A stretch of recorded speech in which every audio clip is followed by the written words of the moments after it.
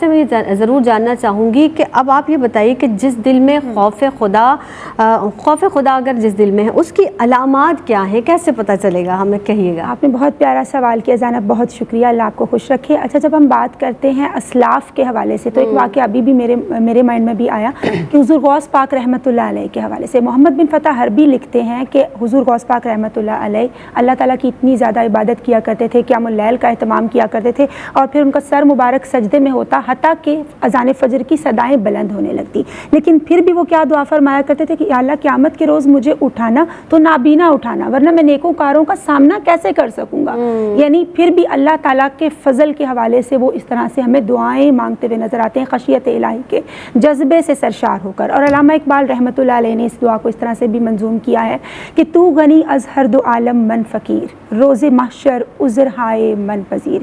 ور حسابم رات بینی ناگزیر، از نگاہ مصطفیٰ پنہا بگیر۔ یعنی انسان اپنی تمام تر نیکیوں کے باوجود، عبادات کے باوجود خود کو اللہ کے فضل کا محتاج سمجھے کہ یا اللہ روز قیامت، کیونکہ تو غنی ہے اور میں فقیر ہوں، اس کا مفہوم ہے، اور روز قیامت جب میرا حساب لینا تو نبی کریم صلی اللہ علیہ وسلم کے جب سامنے ہوگا تو میں شرمسار ہو جاؤں گا، یعنی میرے اعمال اس قابل نہیں ہے۔ اب آتے ہیں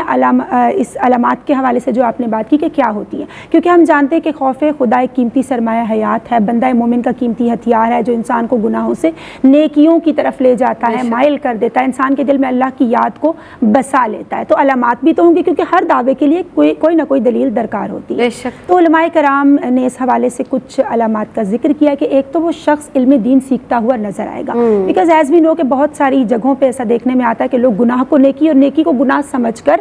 رہے ہوتے ہیں۔ فار ایگزامپل پروفیشنل بیگرز ہیں، اب ہم فقیروں کی جب مدد کر رہے تھے ہمیں تو نہیں پتا کہ وہ واقعی میں پیرالائز ہیں یا نہیں، یہ ایک دنیاوی مثال ہے۔ اور بعض اوقات ہم بدگمانی کا شکار ہو جاتے ہیں ان لوگوں کے لیے کہ جن کو واقعی ہیلپ کی ضرورت ہو، اور جیسے ہم جانتے ہیں قرآن پاک میں فرمایا گیا کہ جو علم والے ہیں وہ اللہ تبارک و تعالیٰ سے ڈرتے ہیں۔ اس کو آپ یوں دیکھیں کہ جو اللہ سے ڈرتے ہیں وہی تو علم والے ہیں، کیونکہ مولانا روم رحمۃ اللہ علیہ نے فرمایا اس حوالے سے کہ جو پین ہے نا اور رسی وہ ایک بچے کے لیے سیم ہوگی، لیکن جو باشعور اور نالج رکھنے والا انسان ہوگا وہ کبھی بھی اس سانپ کے اوپر ہاتھ نہیں رکھے گا۔ اور اسی طریقے سے ہمیں امام غزالی علیہ رحمہ کے حوالے سے ملتا ہے کہ اگر ایک شخص کو ایک درندے نے شکنجے میں لے لیا ہو اور ایک شخص کو معلوم ہو کہ یہ واقعی شیر ہے اور وہ مجھ پہ اٹیک کر سکتا ہے، وہی تو ڈرے گا۔ اس لیے وہ شخص آپ کو علم دین سیکھتا ہوا نظر آئے گا، پھر وہ شریعت کے تقاضوں کو مد نظر رکھتے ہوئے حقوق اللہ اور حقوق العباد کی ادائیگی کا اہتمام کرے گا، اس کا ظاہر بھی باشرح ہوگا، پھر وہ ظاہری اور باطنی گناہوں سے بھی بچتا چلا جائے گا، اور اگر کبھی ایسا ہو کہ کوئی نافرمانی یا کوتاہی ہو جائے تو فوراً اللہ تبارک و تعالیٰ سے